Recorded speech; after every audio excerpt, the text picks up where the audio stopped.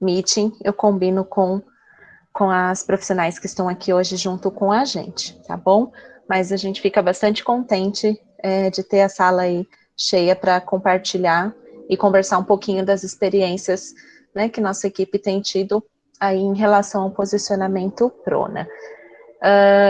Então, né, como todos nós sabemos, a COVID-19, ela é uma infecção que, né, causa diversas alterações sistêmicas no paciente. Uma das principais são as alterações respiratórias, né, podendo, a maioria dos pacientes não evolui em estado de gravidade, porém uma porcentagem significativa tem evoluído com gravidade, necessitando aí dos leitos de UTI, de períodos longos de internação, de ventilação mecânica e, né, evoluindo aí com a síndrome de desconforto respiratório agudo e necessitando, então, do tratamento com o posicionamento Prona. Então, essa conversa, ela partiu inicialmente, né, de uma demanda aí das nossas unidades, e aí acabou crescendo um pouquinho a nossa ideia de fazer, então, uma roda de conversa multi. Então, eu agradeço a minhas colegas, minhas amigas, que eu tive o prazer de trabalhar aí quando eu era da terapia intensiva. Então, vou apresentar elas brevemente, mas elas vão conversar aí com a gente todo o período. Então, hoje nós estamos aqui com a Vânia. A Vânia, depois eu vou falar para você dar um oi para as pessoas te verem. A Vânia é médica da terapia intensiva aqui do HC da Unicamp. Nós estamos com a fisioterapeuta Melissa, também aqui do nosso hospital. E a Aline, que é fisioterapeuta também, que foi minha parceira aí na organização do meeting. A Maria, que é enfermeira também da nossa UTI. A Lisiane, que é técnica de enfermagem da nossa UTI. A Eide, que é nutricionista, que atua também na nossa terapia intensiva. E a Natália, não sei se a Natália está aí, Eide, eu não consegui ver com o pessoal entrando. E a Natália, que também é nutricionista e tem trabalhado aí também direto com os pacientes COVID. Então, acho que eu não esqueci de ninguém. Meninas, muito obrigada pelo aceite de participar aí dessa conversa. Espero que seja muito rico para vocês, acredito que será. Algumas pessoas, né, compartilharam com a gente alguns questionamentos via formulário, que a gente acabou divulgando até para direcionar um pouquinho as nossas discussões, para ver o que vocês mais têm dúvidas. Então, agradeço quem participou, encaminhando as questões, mas eu quero deixar muito à vontade para vocês realizarem os questionamentos de vocês também. A gente tem uma série de coisas que a gente colocou, mas, logicamente, a gente quer dar atenção aí para as dúvidas que são, né, mais vigentes aí na prática clínica de cada um de vocês. Então, para iniciar, né, eu começo aí com a Vânia, com a Mel, acho que é a Mel que vai iniciar. Né, Mel, como então, né, dentro desse cenário, hoje na experiência de vocês aí na prática clínica, como que tem sido essa avaliação, né, como que vocês indicam o posicionamento Prona para esses pacientes? Boa noite, Mari. Tudo bem? Bem-vinda. Obrigada por ter me convidado. Obrigada a Aline também, que me convidou. Obrigada às meninas que também toparam fazer parte hoje dessa mesa redonda, né? Dessa discussão, dessa roda de conversa sobre Prona. Bom, Mari, então, a princípio, como que a gente tem feito na UTI? Então, quando a gente recebe o paciente com COVID, né, o paciente que já vem entubado, né, então, a princípio, quando esse paciente chega para nós, a gente, primeiramente, faz a titulação da PIP, né, os parâmetros ventilatórios, eles são otimizados, eles são individualizados para cada paciente, então a gente vai medir esse paciente, a gente vai ajustar um volume corrente adequado para o tamanho desse paciente, para o peso ideal desse paciente, a gente vai ajustar a ventilação protetora para ele, e a gente vai fazer a titulação da PIP, então a gente vai ajustar uma PIP de acordo com a mecânica desse paciente. Então, a gente titula a PIP, né? Acho que muitas pessoas já escutaram, a gente falando que a gente ia titular, tal, antes de tentar a prona. Então, primeiramente, a gente titula essa PIP, e depois a gente solicita uma gasometria, mais ou menos aí 1 hora depois do procedimento. Se essa gasometria, mesmo após a gente ter otimizado os parâmetros, ter iniciado a ventilação protetora, ter titulado a PIP, tá com a PIP ideal para a mecânica desse paciente, se mesmo assim eu tiver uma gasometria, depois de mais ou menos 1 hora aí do procedimento, que indique para mim um valor de relação PaO2 sobre FiDO2 inferior a 150, o meu paciente apresentando uma saturação periférica inferior a 92, a gente indica a prona de cara, quando esse paciente está precisando de uma FiDO2 acima de 60%, tá? Quando esse paciente tem uma PF menor que 150, com uma saturação maior que 92, porém com uma FI de 60, a gente discute essa prona, né? A gente vai discutir, porque apesar da PF estar ruim, a saturação periférica está maior do que 92, que é o nosso alvo na UTI, né?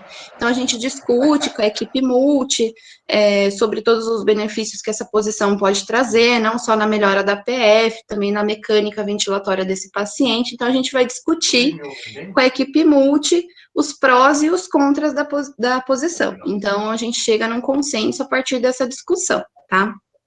Agora, se esse paciente apresentar, depois de todos esses ajustes ventilatórios, uma saturação maior que 92, com uma FI menor que 60, mesmo que ele apresente uma PF inferior a 150, a gente opta por não realizar a posição prona e tentar desmamando a FiDO2, que foi, inclusive, o que a gente chegou em um consenso numa reunião clínica, né, multidisciplinar também, sobre como manejar esse paciente. Então, se esse paciente tem uma saturação maior que 92, com uma FI menor que 60, mesmo que a PF esteja abaixo de 150, a gente não indica prona.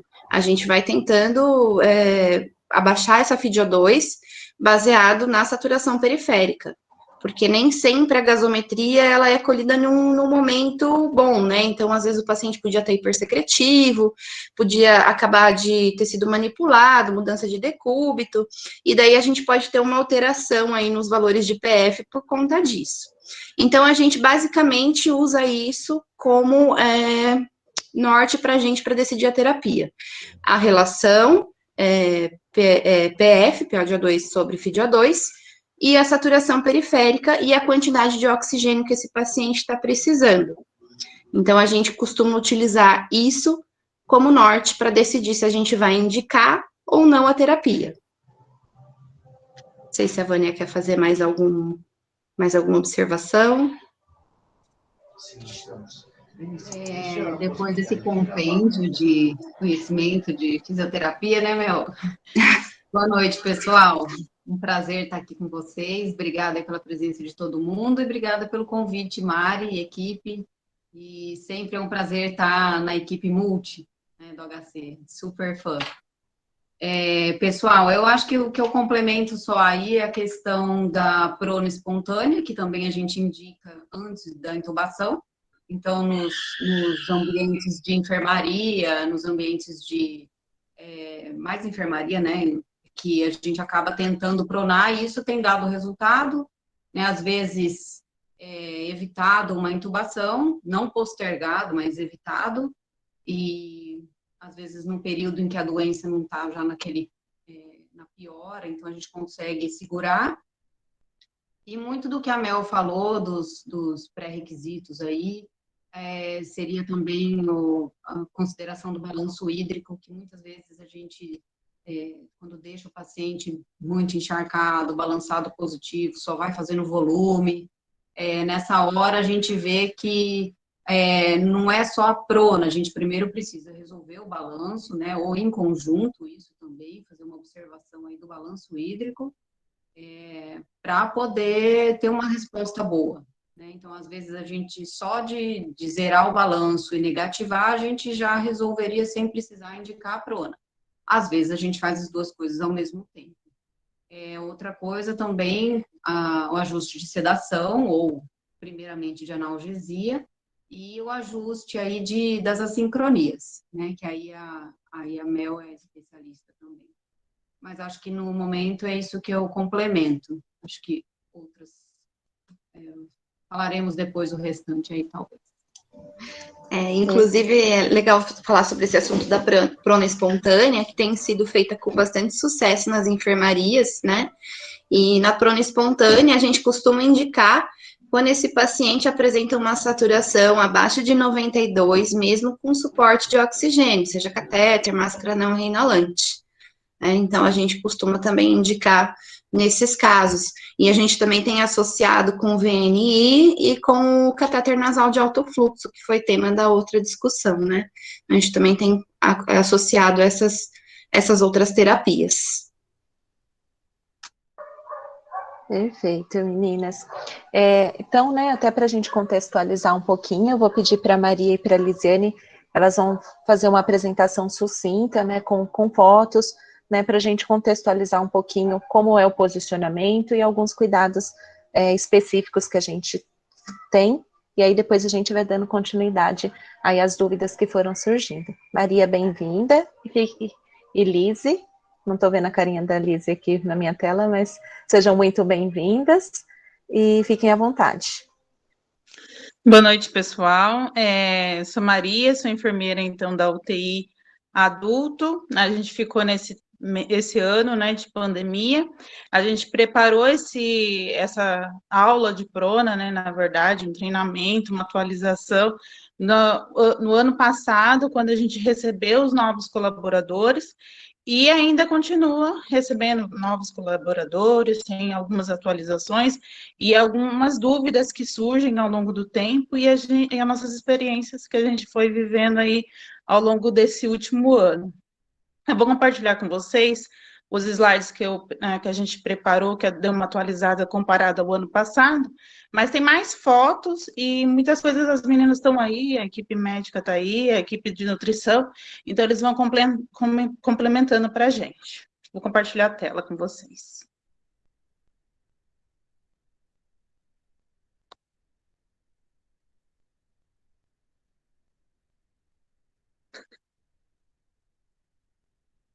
Tá dando para ver, gente?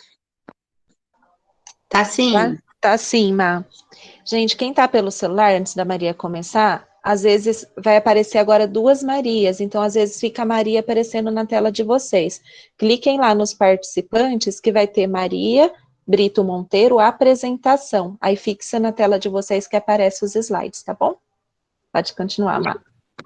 Então, essa aula foi elaborada com a ajuda da equipe, tanto da equipe de estomaterapia, o Ivan participou, a gente montou um vídeo que depois eu vou mostrar para vocês sobre a técnica envelope. A equipe técnica colaborou, a Lisiane, que está aí graduando como enfermeira, ela também participou bastante, a nossa supervisora Paula, então já vou iniciando.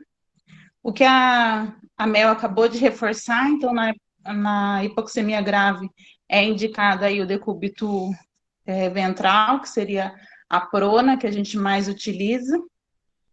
E quando a gente viu essa nova realidade mudando aí, nossa UTI mudando o perfil para os pacientes graves com essas hipoxemias, foi indicado, então, em alguns, nesses casos, né, mais grave, o posicionamento prona. Com isso, a gente viu a necessidade de atualizar. Como fazer, o que fazer, né, como fazer isso de maneira segura, sem trazer riscos para os pacientes. A partir disso, a gente criou o checklist, que ele vai nos nortear, tanto na realização da técnica, né, antes de eu pronar, como antes de eu voltar esse paciente para supino, né, voltar ele para dorsal, e ele dá também, ele deixa para a gente como se fosse um documento. Então, eu tenho registro no momento que eu iniciei a prona, quais foram os passos que eu segui, e qual é o momento que eu vou voltar esse paciente para supino, qual é o momento que eu vou voltar esse paciente para dorsal. Então, eu consigo nortear, eu como enfermeira, me norteio no meu planejamento, tanto no pré como no pós-prona. Então, o checklist, ele tem, teoricamente, ele seria frente e verso, às vezes a gente não consegue imprimir frente e verso, mas ele tem a via de prona, né, então, que ela é dividida em pré-prona, execução da prona e no pós-prona, e o supino, que é o pré-supino, né, quando eu vou voltar esse paciente para dorsal, a execução do supino e o pós-supino.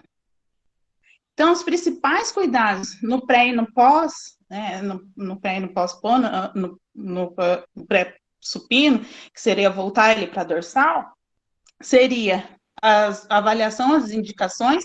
Então, apesar de todas as discussões da parte respiratória, a gente também, como enfermeira, avalia a parte física do paciente. Então, ele tem alguma lesão em face que dificulte ali a mobilização dele, alguma lesão abdominal que também complique o posicionamento dele, tudo isso é discutido com a equipe multi, né? Então, tanto a parte respiratória como a parte física também desse paciente. Decidido por pronar esse paciente, a gente faz essa pausa. Isso gera muita dúvida quanto à pausa da dieta. Por quê? É muito arriscado, a gente, lembrando que a gente vai manter esse paciente na posição prona de 12 a 24 horas, ele com o estômago cheio, né? Então, com risco aí de broncoaspirar, na hora que eu faço essa mudança de decúbito, né? Mudo ele para prona, eu tenho muito risco dele fazer uma broncoaspirar e fazer uma broncopneumonia, e aí só complicações. Então, a indicação da prona é para melhora, não para piora ou deixar o paciente em risco. Então, qual foi a recomendação aí via protocolo pela equipe de nutrição? Abrir 2 horas antes, né? Então, pausa a dieta e abre a sonda, porque se tiver resíduo, a gente já consegue avaliar. Então, é importante fazer essa pausa e abrir a sonda, porque a gente tem que ver se tem realmente, se esse paciente tem algum estase gástrica, ou se ele está tendo alguma intercorrência que também dificulte, às vezes tem que prolongar mais o tempo de jejum ainda, então a gente tem essa pausa, e no checklist ele te dá até o horário que a gente fez a pausa, então já vou pronar, a gente tem a proposta de pronar, então peguei meu plantão às 7 horas da manhã, temos proposta de pronar esse paciente, eu já pauso e para a sonda, porque a gente consegue se organizar para entre 10 horas, mais ou menos, a gente reuniu a equipe para fazer a manobra. Avaliar também troca de fixações, então, lembrando que, imagine a gente trocar o cadarço com o paciente em prona, então a gente faz todo esse preparo, cuidados com curativos, fixação de catéteres, isso tudo antes de eu fazer a prona desse paciente, para não colocar esse paciente também em risco, né? Então, a gente pensar sempre, não deixar o paciente em risco. Proteger, então é muito importante a gente proteger com filme transparente. Hoje o nosso protocolo, ele já indica o filme como proteção do atrito ali no contato direto. Então, principalmente região torácica, região pélvica, cristilíaca, tudo isso é importante para a prevenção de lesões. A gente tem que tentar minimizar o máximo de risco que a gente pode deixar esse paciente, para trazer realmente os benefícios, né? Preparar os coxins de acordo com o tamanho do paciente, então um paciente mais magro, né, é diferente do paciente obeso, então o coxim, a densidade, a quantidade, às vezes a gente acaba improvisando com cobertores, a quantidade de cobertores vai ser diferente de um paciente com abdômen globoso, obeso, no paciente com abdômen mais plano, né, mais flácido, então a gente avalia isso individualmente. E verifica a disponibilidade de 5 pessoas. Pensando que o perfil dos nossos pacientes aqui do HC tem sido pacientes obesos mórbidos, então a média de peso aí entre 100 e 120 quilos, a gente tem que se organizar para que a equipe multi, então, o fisioterapeuta, o médico, o técnico, o enfermeiro, entre as 5 pessoas juntas, já preparados para fazer o posicionamento. A execução. Então, a execução a gente tenta manter somente um parâmetro, pelo menos, para a gente avaliar. Então, a gente tira todos os eletrodos e deixa somente a oximetria de pulso ali para a gente ter um parâmetro para avaliar enquanto executa a prona.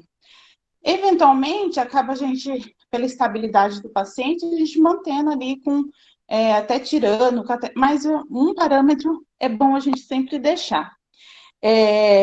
A gente desconecta o que der para desconectar para ficar mais fácil na mobilização, porém, drogas vasoativas nunca desconectar. É importante, parece óbvio, mas é importante reforçar porque tem pessoas que ainda têm dificuldade de entender qual que é a droga vasoativa, porque são funcionários novos, eles não tiveram contatos, então é sempre importante a gente reforçar, olha, a Nora não para, se ele tiver com alguma droga vasoativa, a gente sempre reforçar qual é, né? Não menosprezando o conhecimento do outro, mas reforçando a importância de saber o que é, né? A gente faz clampeio, sondas que não tem válvula de antirrefluxo, sonda vesical de demora. O que tem dado muito certo, a gente tira a fixação da coxa, normalmente a gente deixa homem na região pélvica, a fixação quando está em dorsal, e mulher em coxa a gente tira essas fixações, e tem dado muito certo deixar a sonda sem fixação entre as pernas, não tem risco da gente tracionar, né, ou se não deixar dobrar, então a gente consegue avaliar bem ali o canal uretral com essa sonda sem fixação. Pré-oxigênio a 5%, deixa o decúbito zero, e aí a gente procede à manobra envelope, que tem facilitado muito aí na execução da prona. Eu vou mostrar para vocês depois o vídeo com o boneco, é muito mais fácil, mas mesmo assim, com a execução com lençol, auxilia muito para a gente, facilita ali na manobra, na execução. Os principais cuidados, então, no prona, então, pronei esse paciente, executei o posicionamento com sucesso, confirmo todos os como ele está. Então, eu vou verificar o posicionamento dos coxins, principalmente de cabeça, porque eu tenho que avaliar ali catéter, né? Normalmente intracatetalino jugular, alguns catéteres de Charles também está. A gente vê a fixação, avalia ali a fixação do tubo, sonda, pensando que os pacientes também têm muitos jovens, então, quanto menos a gente deixar eles comprometidos em questão de lesões, também é importante, também faz parte do nosso cuidado como equipe multi, né? Na prona, a gente, se ele tá, o pós, a gente avalia, a gente deixa ele em decúbito ali 30 graus em Trendelenburg invertido, porque às vezes a gente não consegue levar só a cabeceira, então a gente tem que levar o decúbito inteiro, então a gente faz o Trendelenburg invertido. No supino, se ele, na hora que voltar, né, porque acaba sendo os mesmos procedimentos, o diferencial que a gente coloca ali é mais fácil da gente manejar, lateralizar para a direita e esquerda, e a gente sempre lembrar de manter o travesseiro sobre a cabeça. Os registros dos parâmetros, a gasometria, sempre no pós-prono a gente dá 1 hora para ver como que está a avaliação da PO2 desse paciente. Então, normalmente, nessa 1 hora a gente consegue avaliar, tanto se ele vai ter que, as meninas da físio vai regular o ventilador, como, às vezes, se voltar para supino, você vai ter que proná-lo novamente. Então, a gente avalia, faz essas 2 avaliações aí, mas a gente sempre dá 1 hora. E a dieta também, a gente dá 2 horas para reiniciar a dieta, tanto para prona como para supino. Porque se tiver qualquer intercorrência, é nessa primeira gaso que a gente vai avaliar. Então, a gente consegue voltar à dieta com segurança, né? Manter esse paciente com a nutrição adequada e também não deixar ele em risco, pensando sempre nos riscos que a gente pode trazer esse paciente. As meninas acho que provavelmente de nutrição vai reforçar, mas no paciente prono, a gente foi criado um protocolo de nutrição, e a princípio, paciente em prona, a gente dá esse pausa de 2 horas quando ele faz, depois que pronou, e a gente mantém, só para não ter atrofia ali gastrointestinal, a 20 ml hora. Então, é praticamente saliva que ele está engolindo, só para manter esse trato gastrointestinal funcionando aí. Mas as meninas acho que vai complementar. Lembrando dos eletrodos, ele vai ficar invertido, né? Então, o que é a direita vai ficar à esquerda, o que é a esquerda vai ficar à direita. E ali, o que é no centro vai ficar no centro mesmo. E aí, a gente mantém esse paciente monitorizado mesmo em pronto. Então, a gente já deixa ele totalmente monitorizado. O que a gente tem que reforçar aí na assistência de enfermagem? Manter o colchão pneumático funcionando, então nem muito cheio, nem muito vazio.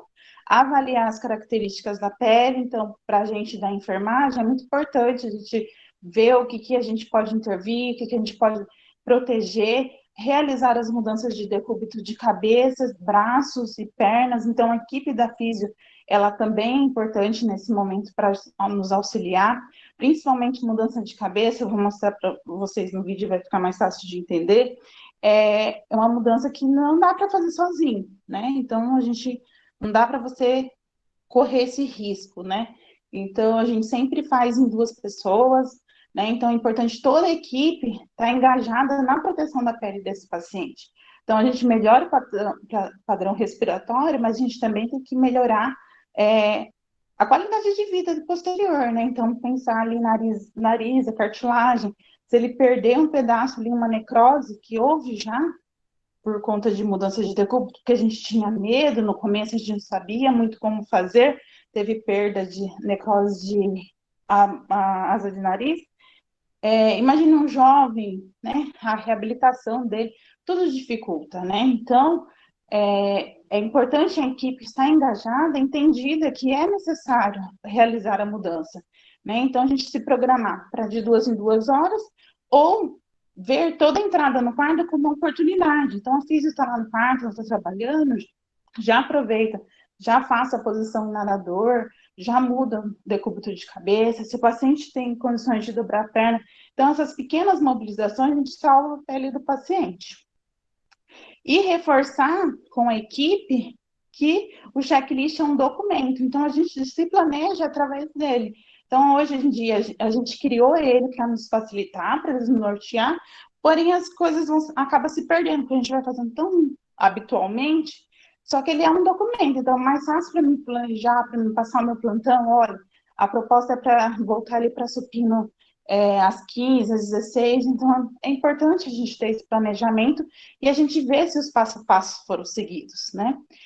O que a gente tem se organizado aí com a equipe, na equipe de enfermagem, é o banho sempre, ou ele na prona, então eu vou pronar, mesmo que não seria no meu horário de banho, eu já faço o banho seco, e quando eu volto ele para supino, né, quando eu volto ele para dorsal, eu já volto ele também, realizo meu banho seco. Então, eu garanto que meu paciente, pelo menos nas 24 horas, ele vai tomar banho, né? Então, a gente já, mesmo que não seja o meu horário, a gente já se organiza para deixar ele também higienizado. E a gente mantém, mesmo ele em prona, a higiene oral, e a gente vai avaliando ali cavidade oral, se tem alguma lesão, edema, que às vezes eles fazem edema de língua, então tentar sempre manter a língua ali dentro da boca, né? Então, a gente sempre avalia o todo do paciente, né? Aqui é o que a gente estava falando do protocolo de nutrição, e aí as meninas provavelmente vai falar mais um pouquinho para vocês, e a Prônio propriamente dita.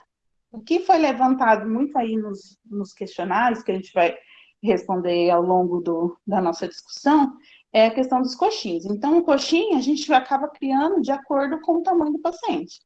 Essa paciente mesmo é uma paciente obesa, foi do ano passado essa foto, e ela precisava de um coxinho um pouco mais alto para conseguir descomprimir o abdômen dela, que era mais globoso e obeso, né? Então, não é aquele abdômen com bastante densidade.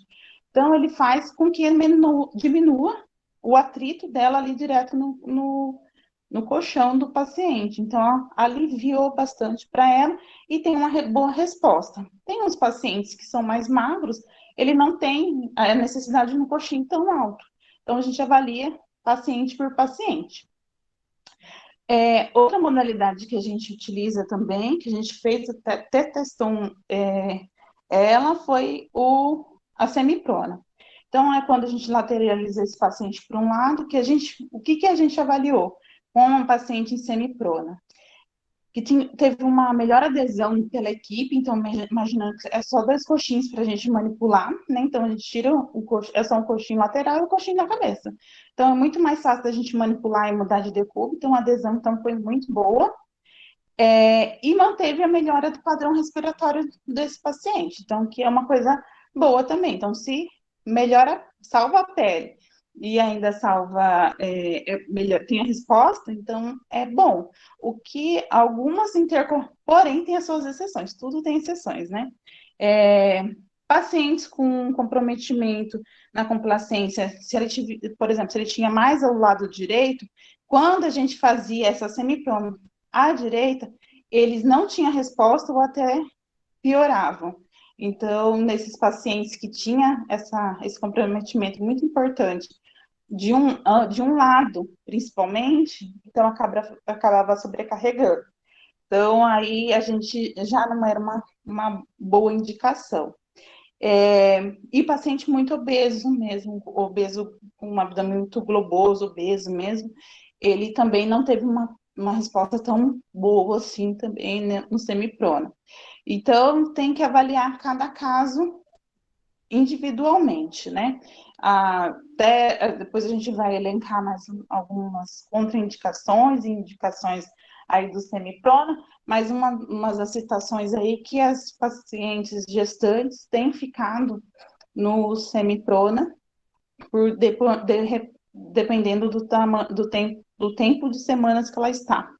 Então, aí, a semiprona é indicação, mas é uma contraindicação, mas aí, para gestantes, acaba sendo a melhor opção aí, o semiprona, por conta de descompressão da veia cava dessa mulher. Então, tanto a prona, como a semiprona, como os coxins, todos os pacientes são avaliados individualmente, para a gente dar uma qualidade na assistência para ele. Aqui a gente pegou a colega para fazer os posicionamentos, e a gente agora vai mostrar mais fotos para vocês, como que os piores, assim, né, mais grotescos. Então, uso inadequado. Na verdade, ela está sem. Aí a gente perguntou a experiência. Ela falou muito ruim, porque sem o coxinho fica com o olho na cama, você sente que o olho está na cama. Aqui com o coxinha, ela falou assim, eu senti que está livre, e minha orelha também está livre, porque a gente usa aquele coxinho triangular, né? A gente improvisa 3 coxins e faz ele em formato de triângulo, então a orelha fica livre, e ela falou que melhorou ali, que não teve o contato do olho na cama. Na fixação, a gente dei um tempo essa espuma para a gente testar, mas o que é importante, sempre observar se o cadarço não está lesionando a pele do paciente. Então, às vezes, a gente faz proteção com gás, então a gente tentar fazer de maneira que pareça confortável e esteja confortável. Então, aquele cadarço estrangulando a pele do paciente, imagine que ele vai ficar 24 horas, por exemplo, no máximo de prona, né? Mas, no mínimo, ele vai ficar 12 horas com aquele mesmo cadarço, porque a gente não vai trocar o cadarço com ele em prona, né? É muito arriscado uma extubação aí. Então, a gente tem que deixar o mais confortável possível e, ao mesmo tempo, fixo o cadarço desse paciente. A mesma coisa a tráqueo, que a gente acontece. A tráqueo é uma boa indicação, o semiprona, né? Alivia bastante para os pacientes. Traqueostomizada, semiprona, a gente também viu uma boa resposta. Aqui as intercorrências, então, se eu vejo que o cadarço está sujo, a fixação da sonda está inadequada, eu já faço essa troca antes de eu pronar esse paciente, para não ter esse risco de ficar esse paciente mais tempo aí com esse cadarço úmido, estrangulando a pele ou machucando, lesionando a pele do paciente. Aqui os coxins de pé, então imagine esse pé pendurado aí por mais de 24 horas, né? Os riscos, as pontas do pé em contato direto com a cama. Mesma coisa ali, o pé caído ali, o pé como se fosse o pé equino, né? Aqui o posicionamento adequado, então ali deixando o dorso do pé elevado e uma maneira mais confortável também para o paciente. E aí, cuidados com os membros superiores. Então, por mais que a gente realize essa mudança, é importante a gente avaliar ali os locais de atrito. Então, ali, principalmente região de joelhos, né, que a gente fala a posição de nadador dos braços, então é importante a gente fazer essa mudança dos braços, dos membros superiores e cabeça, para prevenir esses riscos de lesões. Aqui foi algumas fotos que depois que a gente voltou, né, paciente para supino, que a gente conseguiu avaliar. Ele está com filme, está com proteção, porém, a gente vê que o posicionamento inadequado do coxim pode ter causado isso, pode ser falta de adesão da equipe, então, dificuldade, né, falta de mão de obra, ou realmente a equipe se empoderar e falar, não, a gente precisa fazer e se organizar para fazer, porque realmente o TI intercorrência o tempo todo. Se a gente falar assim, no dia que estiver tranquilo eu vou mudar o decúbito, eu não vou mudar nunca, porque sempre está corrido. Imagine agora no Covid, que é com essas gravidades muito maiores, né, a complexidade antes de 10 leitos, 5, 4 eram extremamente graves. Hoje, quase 100% dos pacientes são muito graves. Então, a gente tem que se planejar para essa mudança de decúbito, porque a não mudança tem que ser a exceção, não a regra. E alguns pacientes vai apresentar a dificuldade também. Então, a gente tem como orientação dificuldade.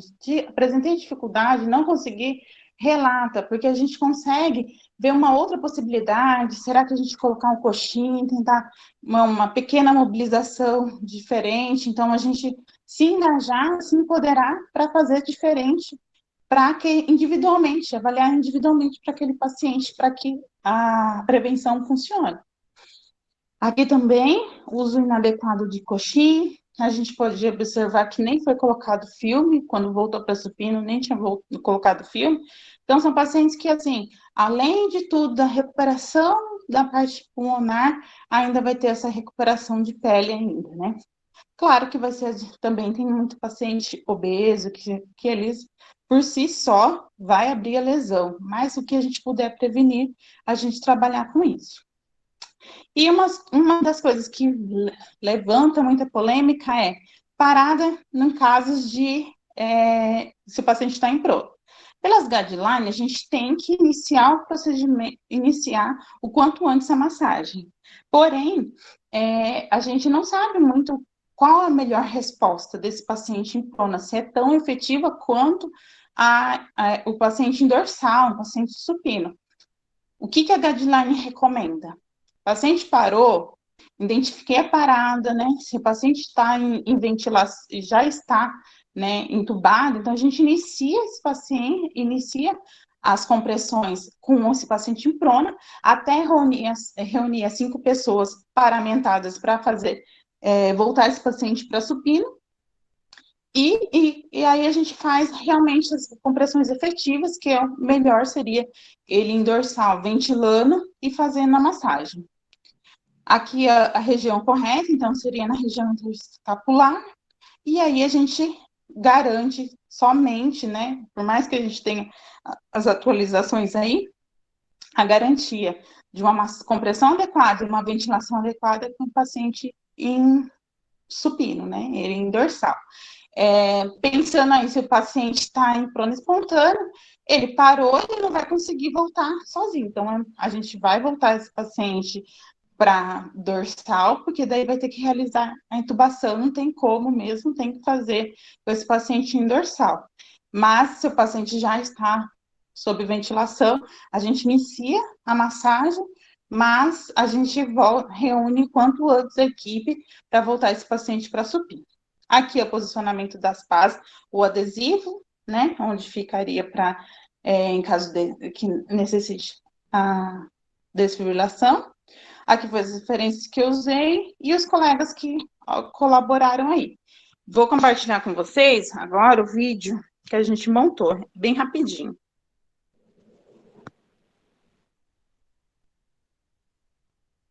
Vocês estão vendo o vídeo?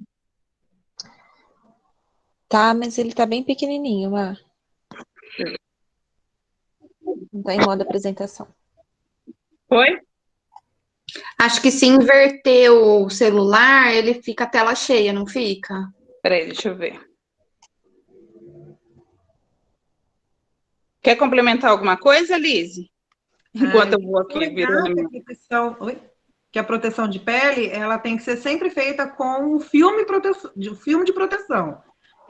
A gente tem visto que alguns profissionais utilizam o hidrocoloide, né? O hidrocoloide é para tratamento, não é para proteção, né? Mesmo o pedacinho fininho, para ajudar a proteger aqui a região do rosto, onde o cadarço mais aperta, é com o filme e não com o hidrocoloide.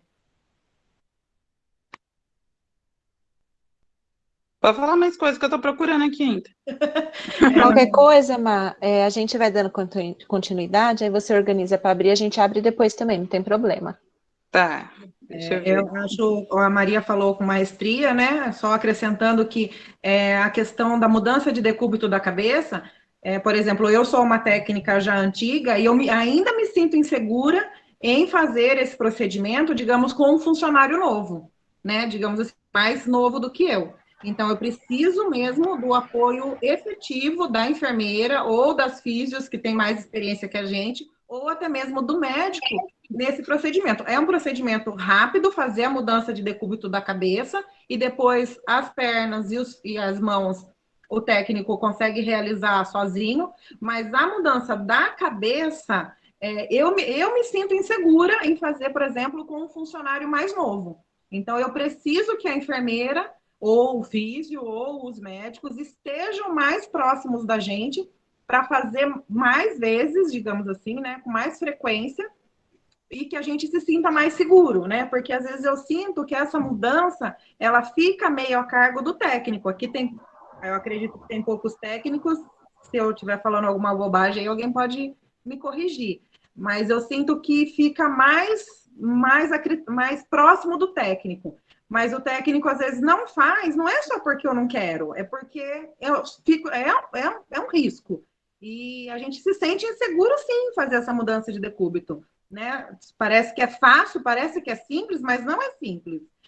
Inclusive, Lise, são nesses momentos que a gente vê a maioria das intercorrências, que é a esterilização de tubo, né? O paciente acaba, às vezes, pela manipulação, começa a entrar na ventilação. A gente vê, às vezes, alguns pacientes tendo queda de saturação. Então, é bom mesmo, assim, sempre... Acho que o ideal seria até fazer em 3, se possível.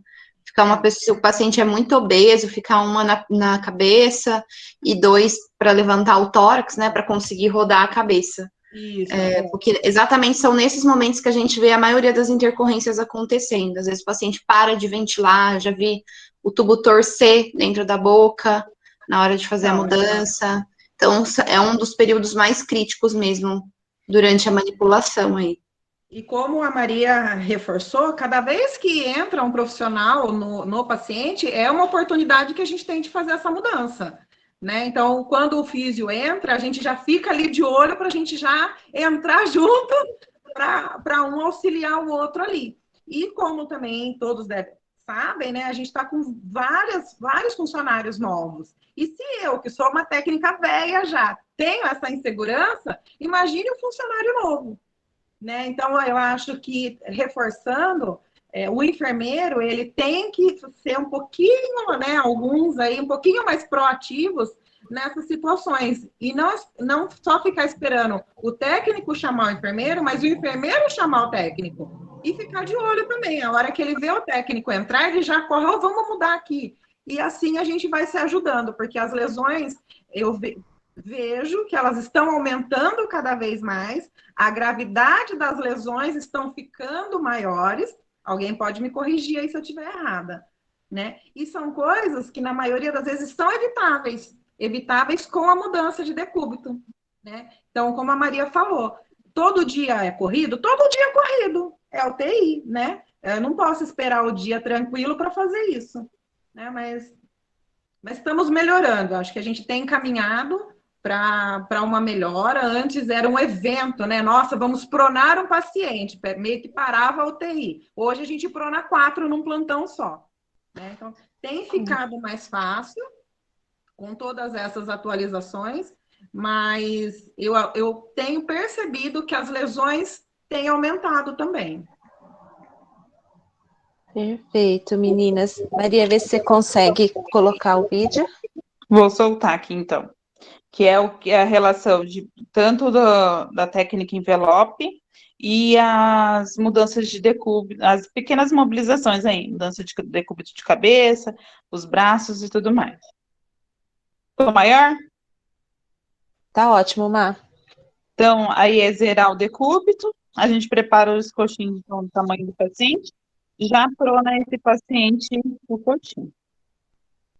Como ele já vai ficar na posição, então a gente já coloca o forro, a gente pode colocar uma travessa para auxiliar a gente a erguer a cabeça desse paciente na mobilização, e aí a gente procede a técnica envelope, que é enrolar o lençol de cima com o de baixo. Bem rente ao paciente, porque isso dá segurança na hora de a gente fazer o posicionamento. Decide qual lado a gente vai arrastar esse paciente e a gente vai pronar o paciente. Normalmente é do lado oposto ao ventilador. Troca as mãos, né? Quem pegou em cima vai pegar embaixo, quem pegou embaixo vai pegar em cima.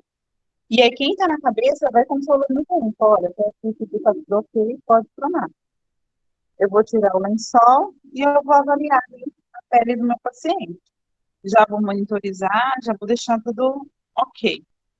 Essa aí é a mobilização dos membros superiores, então a gente faz a mudança ali, esticando o braço, lateralizando, deixando ele em posição nadador. Então ali, ó, a gente está em 3. Realmente em 3 dá muito mais segurança para a gente. Lembrando que o tubo fica para o lado do braço erguido, que eu já peguei ao contrário também.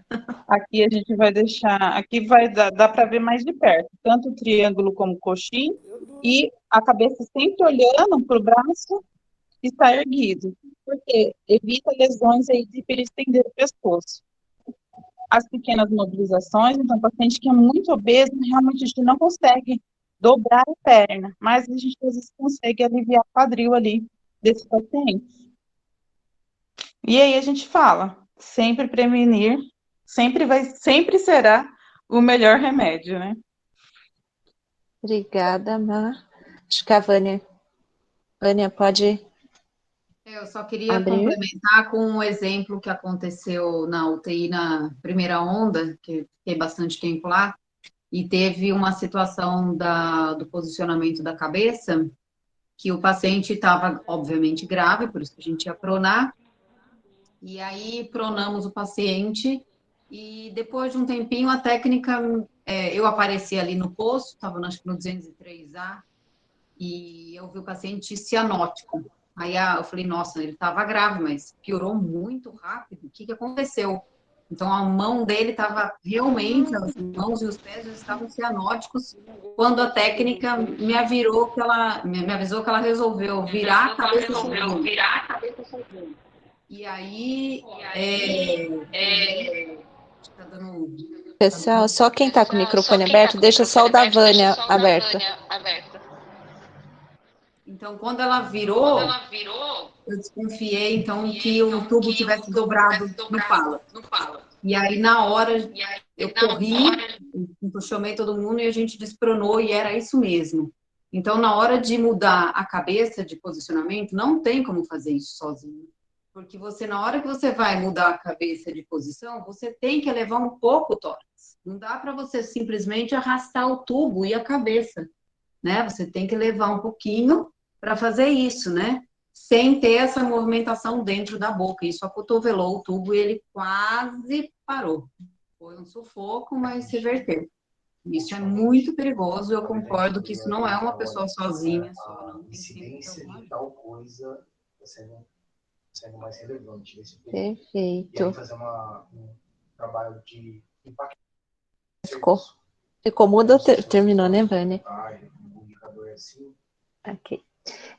Né, aproveitando até que a Maria trouxe em relação à dieta, o aspecto nutricional, queria, né, conversar um pouquinho com a Natália e com a Eide, né, como que tem sido esse aspecto nutricional dos pacientes COVID, os déficits nutricionais e até mesmo no posicionamento prona, né, essas recomendações, né, de período de pausa, de retomar essa dieta com uma infusão diferente.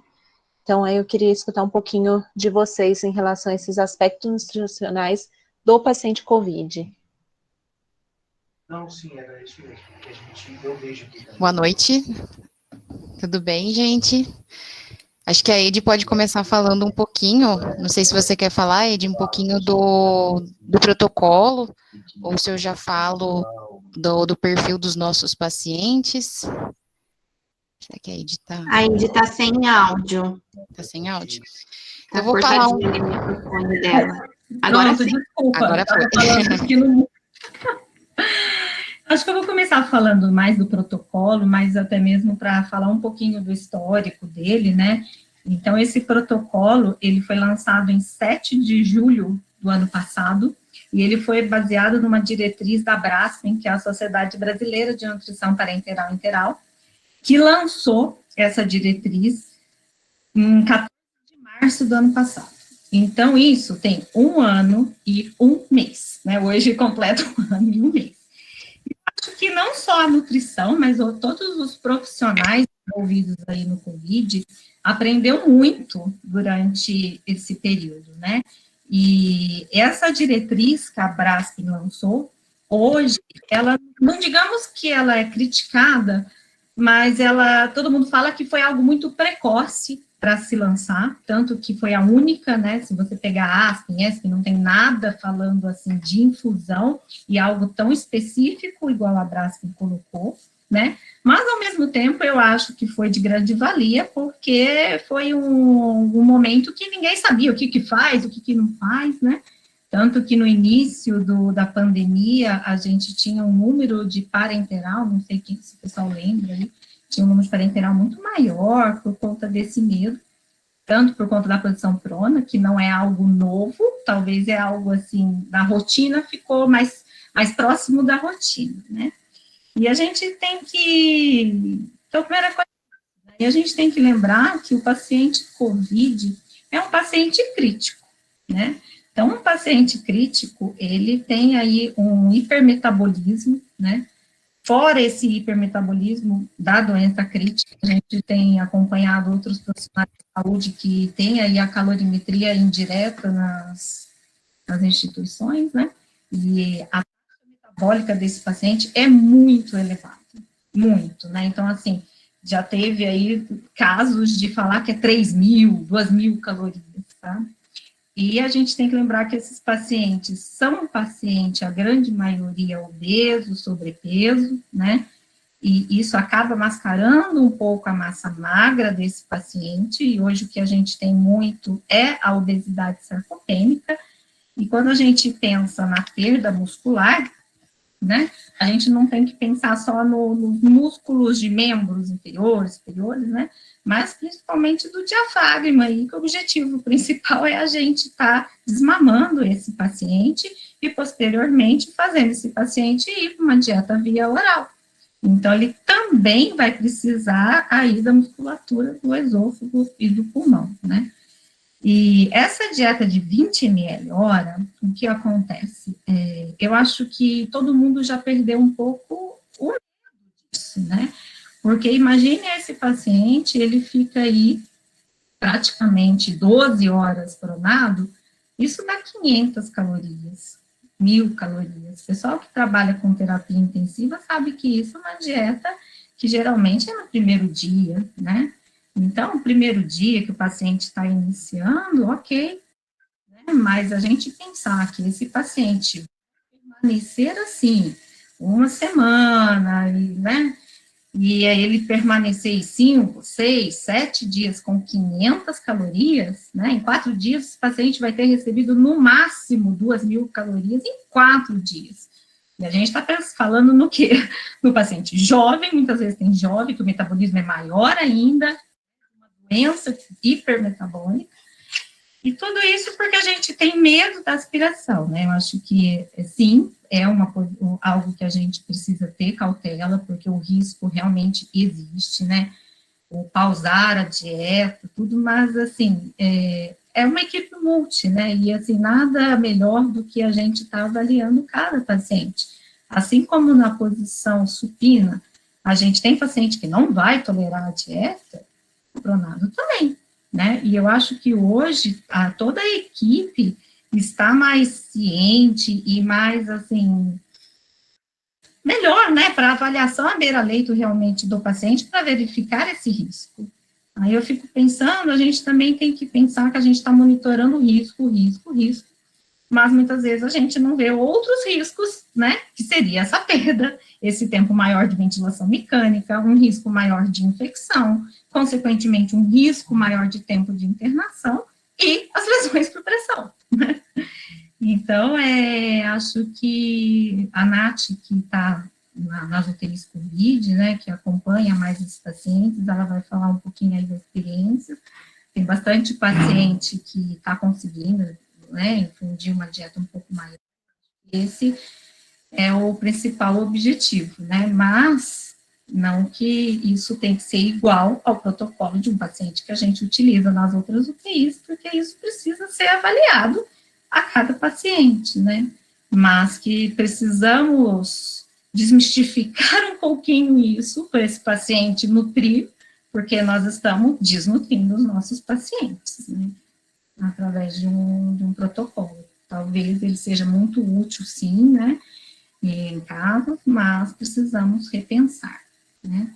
Aí outra coisa, vou abrir um pouquinho para a Nath falar da experiência, é mais só para lembrar que quando a prescrição da dieta iniciar, a gente tentar utilizar aí sempre a dieta hipercalórica, então oferecer o maior caloria no menos volume possível para esse paciente, que já é um ganho, e uma dieta hiperproteica. Então, hoje, ela, quando for prescrever aí, principalmente os médicos e residentes, né, é a nossa NE 20%, tá? Ou a gente vai para a NE 1,5%. Não a NE com fibras, que além de ter uma caloria menor, a fibra aí pode prejudicar um pouquinho o esvaziamento gástrico na posição. E é isso, vou abrir para a Nath, que a Nath está mais todo dia aí no dia a dia. Eu acho que a Edi explanou muito bem essa questão da dieta em prona, né? Hoje a gente consegue ter uma segurança muito maior com relação à infusão da dieta. Eu acho que as equipes, de uma forma multiprofissional, a gente tem avaliado isso individualmente, com mais cuidado, e tentando sempre sair um pouquinho desse 20 ml hora, e a gente tem percebido que a gente tem muito sucesso com isso.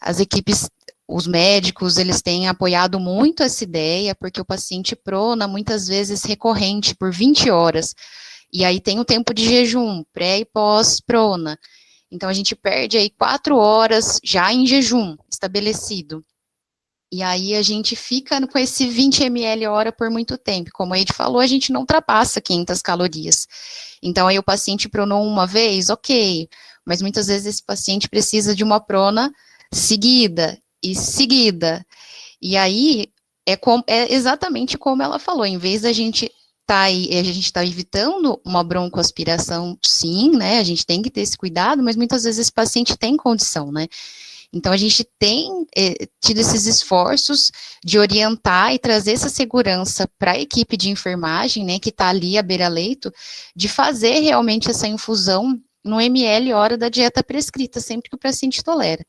A gente avalia o histórico desse paciente, né, se ele está iniciando a dieta agora é uma coisa, né, porque muitas vezes ele recebeu apenas uma dieta antes da prona, isso é diferente de um paciente que já estava na meta calórica, né, então acho que são vários pontos que a gente precisa avaliar para indicar realmente qual que vai ser essa infusão e trazer o melhor benefício para esse paciente, né, para a gente evitar realmente esse quadro de desnutrição, né, e como também já foi falado pela Eide, pela Maria também, a gente tem um número de pacientes obesos muito grande na UTI.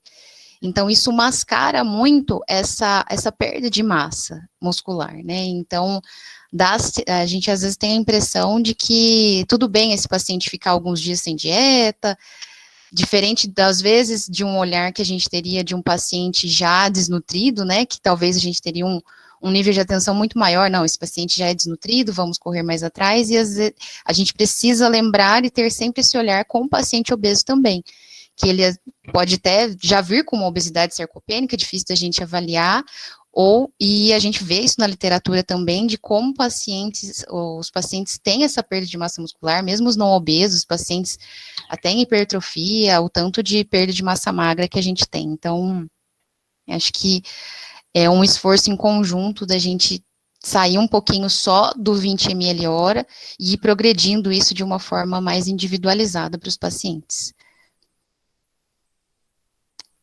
Quer complementar alguma coisa, Eide? Pessoal da enfermagem. Eu queria só saber a opinião da doutora Vânia em relação a isso, né, que eu acho que ela foi uma que acompanhou desde o início, né, tudo. Sim, apoiadora da dieta, sempre nos dando apoio e segurança Defensora da nutrição. Para a gente ter essas condutas aí, sempre o apoio da parte médica é super importante, né, que nos dá segurança também. Eide, Natália, é o Ivan, tudo bem? Só para... É importante trazer aqui de que o checklist, ele também não é um protocolo rígido que tem que seguir, ele é um direcionamento para que a execução da prona aconteça da melhor forma possível, desde o seu, antes, né, quando se pensa na prona, até quando volta para o supino. Então, precisa mesmo avaliar individualmente, e essa avaliação individual para se o paciente tolera a dieta mais de 20 ml hora, isso precisa ser discutido mesmo, né? Não é, a gente tem que pensar de que o checklist não é um protocolo, de que tem que entrar a cada 20 ml hora, né? Tá isso. Bom? Obrigada, Ivan. Tá, isso. Eu concordo com isso também, é assim que eu tenho olhado desde o comecinho também. Eu acho que, como sempre, protocolo é o guia, mas a gente tem que individualizar, senão a gente não ia precisar estar lá. Então, eu acho que uma conversa sempre diária, né, revendo o que é necessário, o que o paciente está tolerando, isso é fundamental para a gente tomar a decisão. E, na minha opinião, eu acho que o protocolo, ele traz uma segurança para você não fazer bobeira, claro, mas a gente individualizando, normalmente a gente consegue liberar muito mais de dieta, com todos aqueles cuidados. Então, para um pouquinho antes, depois retorna à dieta, depois da prona, em proclive sempre, porque se fica o decúbito zero, a chance de broncoaspirar é óbvia, né? Então, a gente já está com a sonda ali, mantendo o cardio um pouquinho aberto, é claro que vai ter esse retorno da dieta. Então, se a gente colocar no posicionamento correto em proclive, dá para voltar, às vezes, o aporte que o paciente estava usando. Isso a gente fez na primeira fase, e mesmo com essa luta diária de tentar manter o aporte que já estava recebendo, ainda os pacientes desnutriram bastante, tiveram lesões por pressão. Sim. Então, eu acho que vale muito a pena a gente tentar dar o máximo que pode dentro de uma segurança, obviamente, bem estabelecida com a equipe, né? Não deu certo. Vou ter que Perfeito. Muito ricas essas discussões. Então aí, né? Uma questão, né? Como eu técnica sou mais quem instala e eu que coloco lá os ml hora, né? Quanto vai correr essa dieta? Uma questão que sempre me vem é o módulo de proteína e a água, né? Porque às vezes a gente coloca a dieta um pouquinho mais lenta, mas aí não sobra tempo para água. E quanto de água esse paciente vai receber? Ou não põe água, só passa 20 ml para lavar a sonda. Aí vem o módulo de proteína, eu faço o que com ele? Eu corro ele mais, né? Infundo ele mais rápido, eu não passo o módulo de proteína. É sempre uma dúvida diária que vem, porque as discussões, às vezes, elas não chegam no técnico, né? Às vezes, a Nath já colocou para a gente, acredito, na maioria dos pacientes, o ml/hora na prescrição de enfermagem. Acho que eu falei com ela essa semana passada, que eu vim de manhã, porque eu sou técnica da tarde, então eu quase não vejo ela. Mas parece que a gente teve esse avanço, porque a bomba que está na UTI, ela não calcula o ml/hora para mim. Sou eu que tenho que calcular. E aí fica a critério do técnico que está lá colocando, né? Então, se eu coloco, vamos colocar num paciente que está em supino, vem lá 500 ml de dieta, eu tenho que colocar essa dieta 100 ml/hora. Porque eu tenho que correr essa dieta em 5 horas, e não em 6. Porque que hora que eu vou passar a água e a proteína? E aí, no paciente em prona, essa dúvida é sempre frequente, é diária. Eu coloco tudo, eu coloco menos, eu não passo a proteína, jogo a proteína fora, passo água, não passo água. Não sei, às vezes fico na dúvida aí.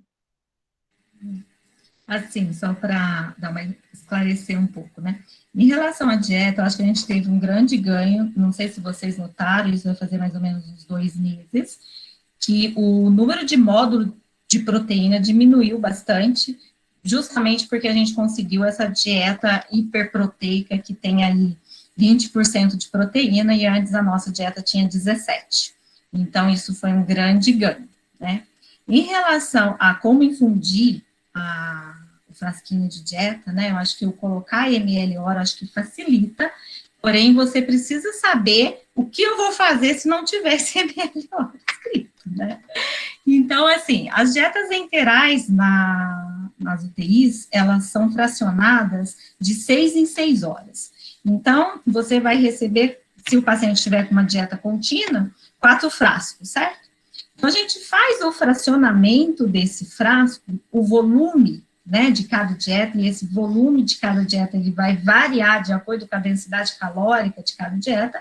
Por isso que eu estou falando que para a gente tentar padronizar aí a dieta hiperproteica, mas é claro que vão ter casos que vão precisar de outras terapêuticas, né?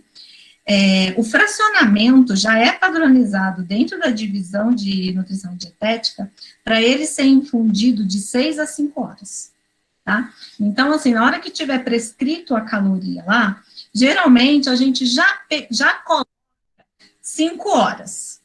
Por quê? Porque tem isso, tem a água, tem o módulo e tem o atraso, né? Não tem como a gente colocar isso de 6. Então, qual é a minha sugestão? Independente se atrasou, se teve a água, ou o que aconteceu com a dieta, você sempre veja o volume do frasco e divide por 5.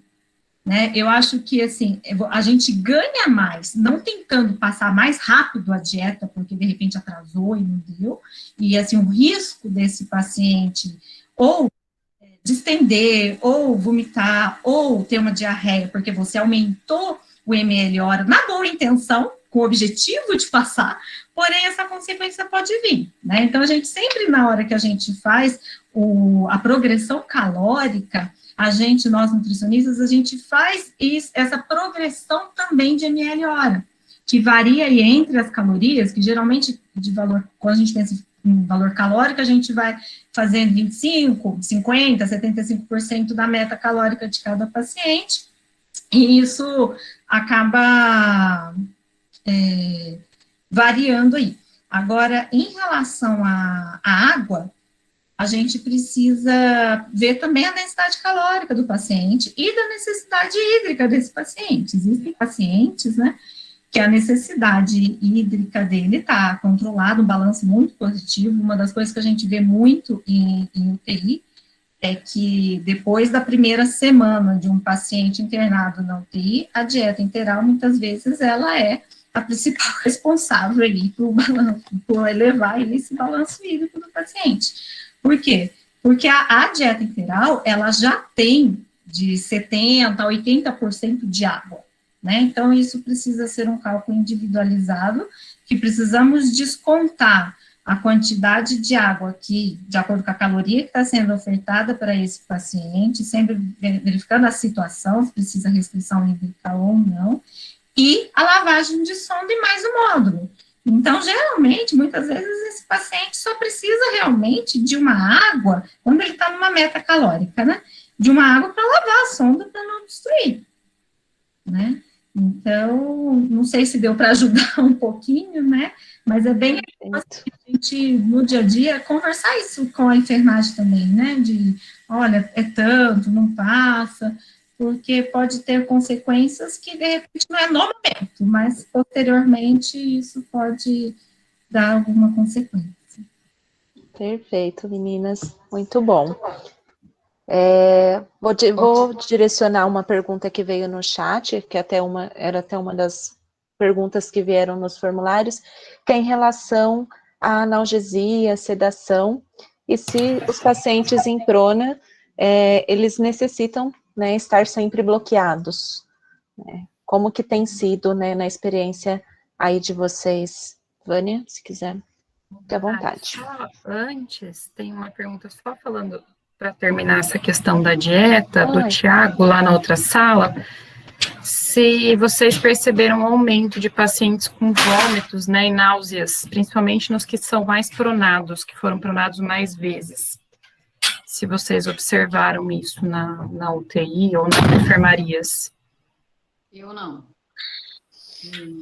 Uma coisa que também faz parte do protocolo é a prescrição dos procinéticos.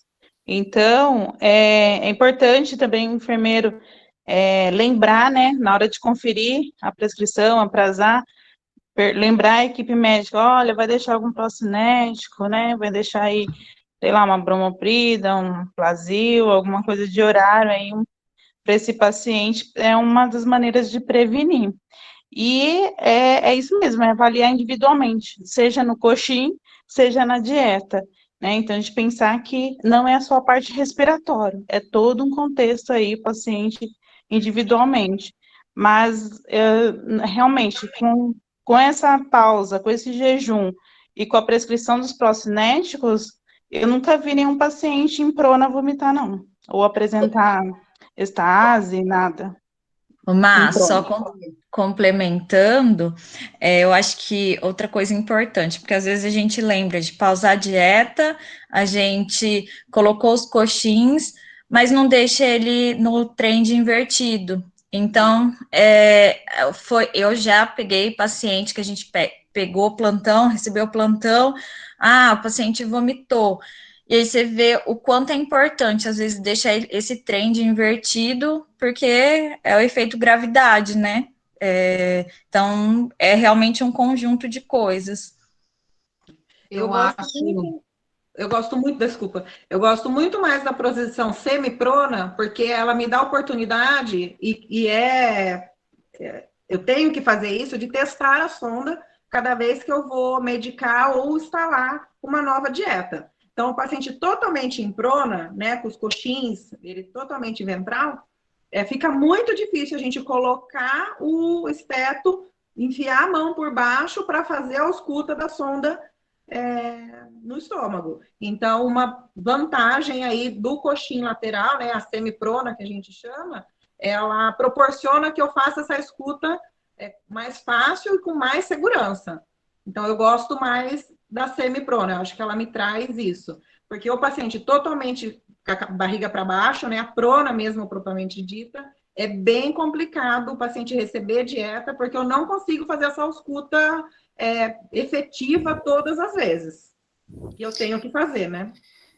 Mas eu acredito que a complicação de dieta integral na posição prona não seja diferente de que o paciente teria na posição supina. Então, eu acho que se o paciente não tolera a dieta, ele não vai tolerar nem na posição prona e nem na posição supina. Então, por isso que eu acho que a avaliação da equipe, né, ter essa discussão multi mesmo é importante, e a qualquer sinal de intolerância, já pausar, enfim, né, já comunicar, né, equipe médica também, para que a gente possa evitar qualquer complicação. Mas eu acho que a complicação é parecida. Eu não vejo maiores complicações pelo fato do paciente estar recebendo dieta pronado.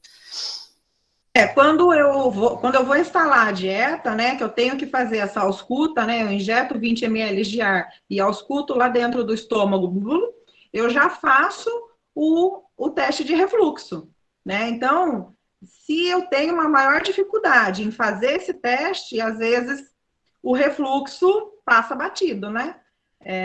Mas a ideia é essa, toda vez que você faz a ausculta, você já aspira. Se encher a seringa, a gente já abre. Se não voltar nada, põe outra dieta. Pessoal, eu tenho uma experiência ali, acho que um pouco mais particular ali da primeira fase que a gente teve do Covid, no D2, que, assim, acho que teve uma situação que a gente não conseguiu deixar o paciente em trem reverso, que era quando a cama estava quebrada. E dos outros, que sempre quando pronaram, ficaram em proclive, eu não me lembro de ter tido situações repetidas ou de vômito, ou de estase, não me lembro. Quanto à prescrição, às vezes, de procinético, eu acho bastante complicado, em muitas situações, a não ser nos pacientes com abdômen agudo mesmo, a prescrição de bromoprida, domperidona e Plasil, porque eles têm ação central, e isso muitas vezes traz efeitos colaterais ou concomitantes, confundem a gente quanto às sedações, quanto às outras medicações que a gente está usando. Então, a gente acaba tendo efeitos colaterais que a gente não consegue falar que não é daquela medicação. Então, eu prefiro usar, às vezes, outros procinéticos, que, né, talvez simeticona, alguma outra coisa assim, mas a bromoprida e o Plasil, normalmente, nas prescrições que eu revejo no trauma e também no Covid, normalmente eu substituo. Mas é como a gente tem falado, né, assim, dessa minha experiência, eu não tive isso. Eu não sei se nessa fase está sendo diferente. Eu estou voltando para o D2 agora, né, com plantões, eu não tive isso na primeira fase. Mas acho que a Mari quer falar alguma coisa sobre analgesia e sedação, Mari? Isso, vou tentar acelerar um pouquinho, que a gente está avançados na hora para tentar contemplar um pouquinho aí outros questionamentos que surgiram. Até peço para as palestrantes tentarem ser um pouquinho mais sucintas. Eu faço a parte chata, gente, perdão. Então, veio até uma pergunta da Gabriele, né, que é alguma outra pergunta que também o pessoal tinha feito no formulário, em relação à pseudoanalgesia e o uso de bloqueadores neuromusculares nos pacientes em prona, né? Todos esses pacientes necessitam de um bloqueador neuromuscular? Quer que eu fale? Por favor. O que foi discutido nesses últimos tempos agora, né, por conta até dessa falta de medicação aí em todos os lugares, a gente acabou fazendo uma revisão, né, do que era o óbvio, o que realmente era, olha para o paciente e vê o que precisa. Então, o que a gente viu? Às vezes, um paciente com uma bela de uma analgesia e com uma sedação, ele já está super encostado, ele está super tranquilo, né? Então, às vezes, nesse caso, o paciente não precisa de um bloqueador.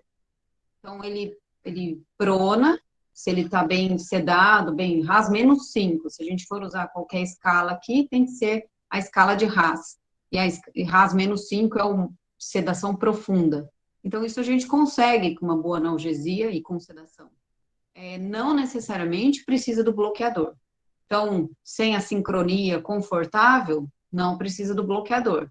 Quando que a gente pode fazer o bloqueador, que eu acho que fica mais com um pouco mais pela consciência. Depois que pronou e que vai titular PIP, aí a gente faz um bolos de pancurônio ou rocurônio. Aí, nesse caso, continua a indicação. Mas fora isso, a gente tem que tentar melhorar sempre a analgesia, primeiro, na dose máxima ótima, e fazer multimodal de preferência, com analgesias diferentes, com medicações diferentes, e depois talvez otimizar o sedativo, e depois, se não der certo, aí faz o Rocuron. Ou outro bloqueador, claro. Perfeito.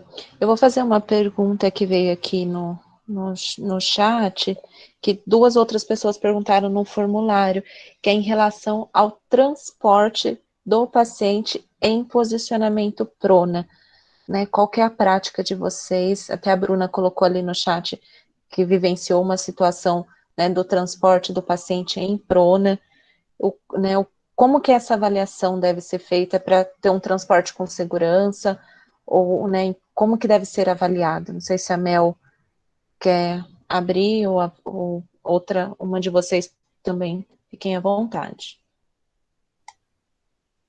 O ideal é que o transporte não seja feito em prona, né? O que acontece é que, às vezes, em uma situação de emergência, em que a gente precisa liberar um leito, a gente, às vezes, realiza a troca de um leito, de um box para o outro, né? Então, um curto trajeto aí é feito, às vezes, a troca, mas o ideal é que não seja feito em prona, até porque se ocorrer alguma intercorrência durante esse transporte, com o paciente pronado, tudo se torna mais difícil, né? Então, eu acredito que esses transportes que foram realizados foram transportes curtos, né, de um box para o outro, e sem ser transportes para tomografia, por exemplo. Ô, né? Mel, a gente recebeu paciente da outra UTI em prona, e assim, foi bem tumultuado, porque o paciente chegou completamente instável, e a gente questionou, né, falou, não, tinha que ser, mas eu acho assim, eu como enfermeira não me sentiria segura num transporte de paciente. É um trajeto longo, né, é diferente de você só mudar o paciente de box ali dentro da UTI, vai pegar elevador, vai ser transportado, daí realmente o transporte tem que ocorrer em supino mesmo. Prioritariamente sempre em supino. Eu não teria coragem, não. Eu ia supinar e depois transportar. E desce em supino, né? Perfeito, meninas. A Flávia... Oi, Aline, pode falar. O Marcelo está só lembrando, que eu acho que é algo importante, que as nossas camas não cabem no elevador se a gente não subir a cabeceira. Né? Então, quem já fez transportes nos elevadores do HC já passou por essa situação. E não tem como levar a cabeceira para o paciente em prona. Então, ainda, né, acho que esse caso deviam ser as UTIs do segundo andar, mas lembrem disso antes, sei lá, de descer da enfermaria para a UTI, de repente, não vai caber no elevador, vai ter que voltar para a enfermaria. Além de ser extremamente arriscado, né, esse transporte. Fora tudo isso, tem mais o elevador. Tem mais, né? O elevador que não cabe. Sim. Então, nem pensa. Perfeito. Eu vou, né, fazer a Flávia, Mel, ela fez uma pergunta no chat do TGI. Acho que a Ed acabou respondendo. Mas era TGI em hipercapnia no COVID, vale a pena? O que a gente vê é que não tem evidência nenhuma do TGI no COVID. Na verdade, já tem pouquíssima evidência do TGI em caso de hipercapnia já rotineira, sem ser no COVID. No COVID, então, a gente não tem nenhuma evidência de que isso vá trazer algum benefício. A gente chegou a tentar em alguns pacientes que apresentaram uma hipercapnia muito, muito acentuada, porém não obtiveram sucesso. Perfeito. Gente, eu vou direcionar mais algumas perguntas só, tá? Pelo avançar da hora. Quanto tempo que esse paciente, ele pode ficar pronado, né? E em que momento que vocês conseguem fazer uma reavaliação, né, para saber se essa prona está sendo efetiva? Quanto tempo depois do posicionamento vocês já conseguem fazer essa avaliação? A gente, pelos últimos estudos, né, as atualizações trazem para nós que o tempo ideal de prona é de 16 a 20 horas, acima de 20 horas já não se observa mais benefício para esse paciente, abaixo de 16 ele é os pacientes ainda, às vezes, não atingiram o benefício máximo que a posição pode trazer para eles. Então, o tempo ideal é de 16 a 20 horas. Então, acima disso, já também começa a aumentar muito o risco de lesão, e a gente não costuma indicar permanecer mais do que 20 horas nessa posição. A gente pede a gasometria depois de 2 horas para avaliar novamente a PF, mas esse paciente vai sendo reavaliado constantemente nas gasometrias de rotina. Então, a gente vê que alguns pacientes, eles começam a apresentar resposta à posição prona, que a gente considera aí um aumento de 20 pontos na relação PF e de 10 na PO-2, às vezes depois, mais tardiamente. Então, não é porque essa gaso não veio com uma resposta tão boa já inicialmente que a gente já desiste da prona tão cedo. Então, a resposta, às vezes, pode ser mais tardia. O que a gente pode tentar fazer, quando a gente não vê uma resposta tão satisfatória, é retitular a PIP na posição prona. Então, essa também é uma estratégia que é válida quando a gente não observa uma melhora do jeito que a gente gostaria de ter observado na posição. Perfeito.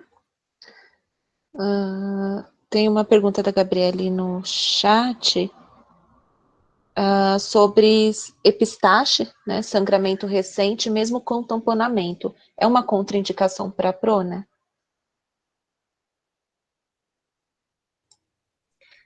A gente viu a gente chegou a ver casos de, acho que a Vânia também até consegue responder melhor do que eu, mas a gente viu alguns casos de epistaxe em que na posição prona voltou a sangrar e precisou retornar o paciente para supino.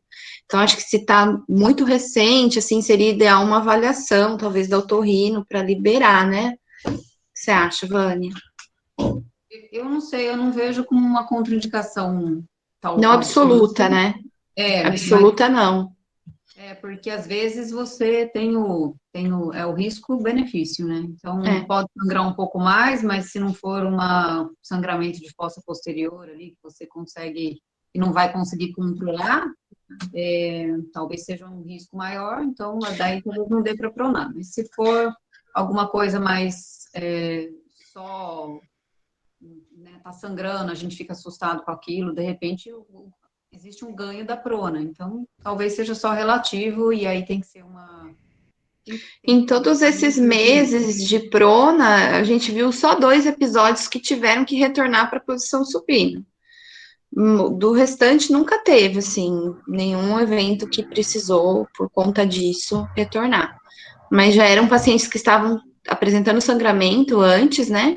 Tinham sido liberados pelo otorrino para a posição prona, mas mesmo assim, depois do posicionamento, voltou a sangrar e precisou retornar. Mas, como a Vânia falou, não é uma contraindicação absoluta. Acho que vai tudo uma questão de avaliação mesmo. Perfeito. Meninas, eu vou engatar uma pergunta na outra. Quando reconsiderar a prona e qual o tempo indicado entre uma prona e outra?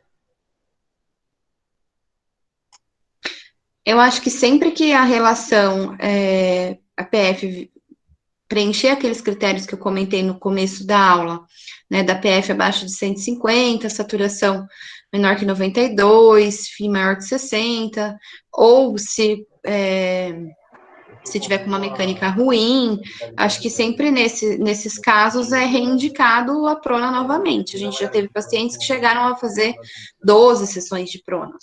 Então, acho que não tem um problema você estar reindicando se, por um acaso, o paciente não sustentar os parâmetros pós-prona, né? Quando já estiver insupinado. Não existe um tempo ideal para aguardar entre uma prona e outra. A gente acaba aguardando aí um período para poder realmente dar um descanso para a pele do paciente, que já permaneceu, às vezes, 20 horas na mesma posição. Mas não existe um tempo específico que a gente tem que dar de intervalo entre uma prona e outra. Perfeito. Eu vou fazer mais 2 perguntinhas só, pelo avançar da hora. Queria perguntar para a Maria né, porque a gente tem observado que muitos pacientes, né, com COVID, eles acabam evoluindo para uma insuficiência renal aguda e necessitam de hemodiálise contínua, né? Qual a experiência que vocês têm tido com a hemodiálise contínua, né, nesse paciente em prona, até devido principalmente aí à localidade da inserção dos dispositivos vasculares? Assim, na posição prona, tudo dificulta muito, mas a gente tem, até ano passado, que eu fiquei mais ali no COVID, a gente, mesmo o paciente pronado, a gente realiza a diálise sim. Mesmo que ele esteja ainda, o kit esteja dentro do seu prazo de validade, né, entre as suas 72 horas que é a validade do kit, a gente consegue colocar para recircular, posiciona esse paciente prona e volta a diálise contínua. A mesma coisa na hora que vai subiná-lo. Então, a gente se programa, coloca para recircular e volta novamente esse paciente em diálise contínua. Porque a maioria dos pacientes agudizam mesmo e a gente vê, né, eu tive experiência de um familiar meu na diálise contínua, a gente vê uma excelente resposta do paciente em hemolenta, né? Claro que, como enfermeira, a demanda é muito maior, porque a gente pensa aí no gerenciamento do posto e no gerenciamento da máquina, né, que ela nos consome muito tempo, né, no preparo das bolsas, ali dos eletrólitos e ainda, né, chegar no alvo, mas para o paciente é muito bom, né? Então, posicionamento prona ou ter que voltar, né, em supino, isso não contraindica a diálise contínua. O paciente continua com bom efeito e a gente consegue fazer tranquilamente. Perfeito, agora é a última de verdade. Eu acho que foi uma pergunta também que surgiu bastante, em relação do paciente que não está entubado, né, que é a prona espontânea, né? Então, como que vocês vivenciam? Porque é um paciente que ele está consciente, né? A gente sabe que o período que ele vai conseguir ficar nessa posição é um período mais curto, né? Às vezes está associado aí com o uso de outros dispositivos de oxigenoterapia. Como tem sido aí a experiência de vocês? A nossa colega, a Firmase da enfermaria, ela montou um fluxograma, né, que mais ou menos consegue direcionar aí como levar essa prona espontânea. Então, a proposta é posicionar esse paciente em prona, do mesmo jeito, com o auxílio dos coxins, na semiprona, e fazendo a inversão da cabeça e dos braços. Então, foi proposto aí manter o paciente por 2 horas em posição prona, no mínimo, 3 vezes por dia, uma vez em cada período. E esse paciente, ele precisa apresentar uma resposta aí em até 15 minutos após o posicionamento. Caso esse paciente não apresente uma melhora em 15 minutos da saturação, né, então a gente indica para todos os pacientes que estejam com oxigenoterapia saturando com saturação inferior a 92. Se esse paciente não apresentar uma melhora aí em 15 minutos, a gente já começa a pensar em talvez outro recurso, como uma cânula nasal de alto fluxo ou uma VNI associada à autoprona. Perfeito, gente. Então, pelo avançar da hora, tinha muitas outras perguntas. De repente, a gente repensa aí uma nova conversa. Gostaria de agradecer cada uma de vocês, agradecer a todos que estiveram aqui com a gente numa quarta-feira à noite, né, discutindo algo tão presente agora na prática clínica, né, de vocês. E, né, a intenção até dessa mesa online é a gente trazer a equipe multiprofissional, né, como centro desse cuidado. Então, acho que ficou muito claro a importância de cada membro da equipe, né, não só mesmo nesse contexto de pandemia, mas no contexto como um todo dentro das unidades assistenciais. Então, a importância da ligação, né, do relacionamento entre esses profissionais para condutas assertivas, para a segurança do paciente, para a segurança do profissional. Então, eu acho que é extremamente importante a gente realizar mais momentos como estes, né, de interação entre a equipe multidisciplinar, multiprofissional, porque saem discussões riquíssimas. Confesso, né, eu sou suspeita para falar de terapia intensiva, mas confesso que eu ficaria escutando vocês aqui falando por muito mais tempo. Se vocês quiserem fazer alguma colocação, fiquem à vontade. E, deixa eu só fazer antes de passar para vocês. Pessoal, o certificado eu encaminharei por e-mail, mas eu estou com uma dinâmica aí de trabalho um pouquinho diferenciada. Vai demorar um pouquinho, mas eu encaminho a todos vocês. Quem não conseguiu acessar o formulário, porque não conseguiu conectar, eu vou colocar de novo no chat o e-mail da educação continuada, para vocês me enviarem o nome de vocês, a categoria, a instituição de trabalho, para eu poder encaminhar esses certificados posteriormente. Eles vão chegar, até quem participou do outro treinamento, né, do outro meeting que a gente fez, ainda não consegui encaminhar para vocês, mas ele vai chegar, tá tudo certinho, tá bom? E qualquer coisa podem me acionar pelo e-mail. E fiquem à vontade, meninas, se vocês quiserem finalizar, eu agradeço a todos. Pessoal, eu queria agradecer, achei muito bom compartilhar aqui com vocês, aprendo mais do que ajudo alguma coisa, sempre, e eu já falo sempre, levanto a bandeira da multidisciplinaridade, que faz a total diferença no desfecho do paciente, não tenho dúvida sobre isso. Isso é um tempo difícil, mas a gente sabe que isso pode amenizar quando a gente está junto. Então, eu espero que todos possam aderir aí a sempre ter uma conversa de equipe que volte e sempre tirar o egoísmo, né, da gente. A gente tem que pensar no paciente, tem que ser bom para ele. E aí a gente junto. Isso aí. Brigadão. Valeu. Obrigada, Mari, pelo convite. Obrigada, pessoal, pela oportunidade aí de discutir. Também sou muito fã da equipe Multi. Estamos sempre junto aí nos plantões, eu, a Vânia, Maria, a Eide da nutrição. A gente sempre está aí compartilhando as nossas medidas, né, Eide, de altura, dos pesos ideais. Então, acho também sensacional essa interação entre a gente. Quem ganha sempre é o paciente, com certeza. Eu também só agradecer pelo convite. A todos uma boa noite. Quem sabe num próximo momento a gente se encontra novamente. Com certeza, esperamos que sim, Mar. Obrigada, gente. Foi um prazer estar aqui com vocês. E até mais, pessoal. Um beijo. Beijo, boa noite para todos. Boa noite, pessoal.